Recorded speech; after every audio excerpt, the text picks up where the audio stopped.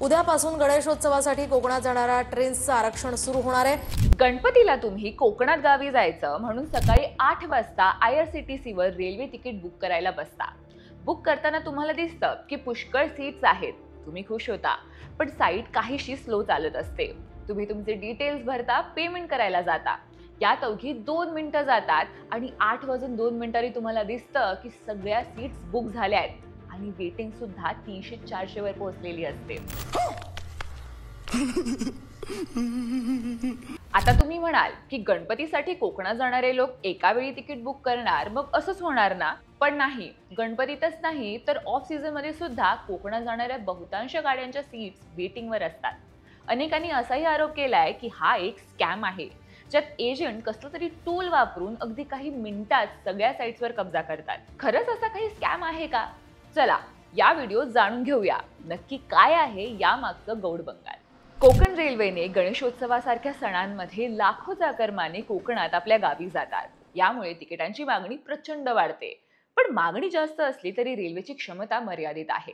उदाहरणार्थ, कोकण रेल्वे मार्गावर दररोज सुमारे 40-50 गाड्या धावतात, पण गणपतीच्या काळात ही संख्या पुरेशी पडत नाही। याशिवाय IRCTCच्या वेबसाईट आणि ॲपवर तांत्रिक अडचणी येतात, स्लो सर्व्हर, क्रॅश होणारी साईट आणि बुकिंग प्रक्रियेत लागणारा वेळ, यामुळे सामान्य प्रवाशांना तिकीट मिळणं कठीण होतं। पण यापेक्षा मोठा मुद्दा आहे तो म्हणजे तिकिटांचा काळा बाजार आणि पोटेन्शियल स्कॅम। हा व्हिडिओ पहा। आज 24 जून 2025 रोजी मी 23 ऑगस्ट 2025 ची बुकिंग्स चेक करत होती 8 वाजता। 8 वाजता मी सगळे डिटेल्स फिल केले आणि 8:01 जेव्हा मी पेमेंट करायला गेली तेव्हा हे तिकीट्स रिग्रेट झाले होते। जर ह्या तिकिटी सामान्य माणसांना भेटणारच नाही आहेत, एजंट थ्रू सगळी बुकिंग होणार आहे, एजंटलाच आपल्याला एक्स्ट्रा पैसे द्यायचे आहेत आणि तिकीट सगळे बुक करायचे आहेत, तर मग ह्या IRCTC ॲपचा काहीच फायदा आपल्यासाठी तर काहीच फायदा नाही आहे। अनेकांचा आरोप आहे की एजंट्स आणि दलाल बॉट्स किंवा ऑटोमेटेड टूल्स वापरून तिकीटं बुक करतात आणि नंतर जास्त किमतीत विकतात। पण खरंच असं करता येतं का? असे काही टूल्स आहेत का? तर काही तज्ञांच्या मते हे एजंट्स ऑटोफिल सॉफ्टवेअर्स किंवा बॉट्स वापरतात, जे सेकंदात तिकीट बुक करू शकतात। गदर, नेक्सस, तेज तत्काल ही अशी काही सॉफ्टवेअरची नावं आहेत, जे अगदी 3000 पासून 5000 पर्यंत खरेदी करता येतात। हे आहे सर्वाधिक वापरलं जाणारं गदर नावाचं सॉफ्टवेअर, जे खास करून तत्काळ तिकीट बुक करण्यासाठी वापरलं जातं। आणि यातून तुम्ही एका वेळेला किती तिकीट बुक करू शकता? तर अनलिमिटेड। आता हे काम कसं करतं हे बघू। एजंट आपल्या सिस्टममध्ये हे सॉफ्टवेअर इन्स्टॉल करतो, यात त्याला IRCTC युजरनेम आणि पासवर्ड विचारला जातो।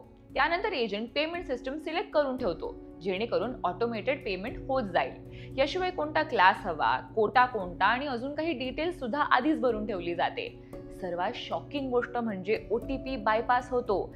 एकदा का OTP बायपास झाला की विदाउट OTP सरळ तिकीट बुक होतं आणि हो, या सॉफ्टवेअर मधून 100% कन्फर्म तिकीटच बुक होतं। म्हणजे अनेक जण जो आरोप करतात की एजंट तिकिटावर डल्ला मारतात, तो काही प्रमाणात खरा आहे। असे सॉफ्टवेअर अगदी स्वस्तात मिळत असल्याने कुणीही त्याचा वापर करू शकतो।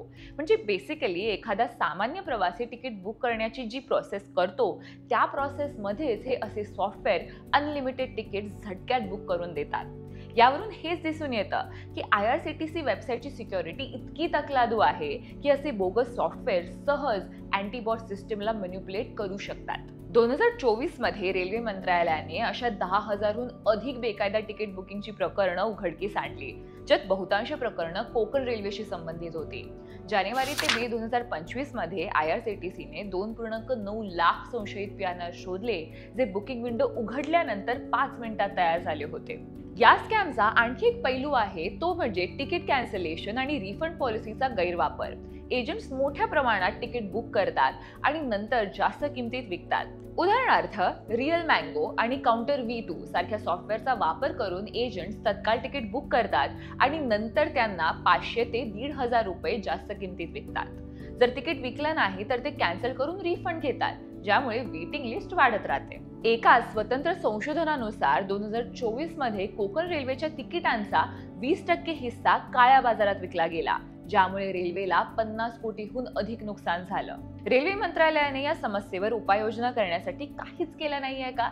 तर तसं नाहीये। त्यांनी प्रयत्न केले, पण अजूनही ते पूर्णपणे यशस्वी ठरलेले नाहीत। असाच एक प्रयत्न म्हणून 1 जुलै 2025 पासून तत्काळ तिकीट बुक करण्यासाठी KYC अनिवार्य केला आहे, ज्यामुळे ऑनलाईन तिकीट बुक करताना आधार कार्डशी कनेक्टेड नंबरवर OTP येईल आणि त्यानंतरच तिकीट बुक करता येईल. त्यामुळे बॉट्सचा वापर कमी होईल असा दावा केला जातोय. पण आपण वर पाहिलं की हे असे सॉफ्टवेअर्स OTP सुद्धा बायपास करू शकतात.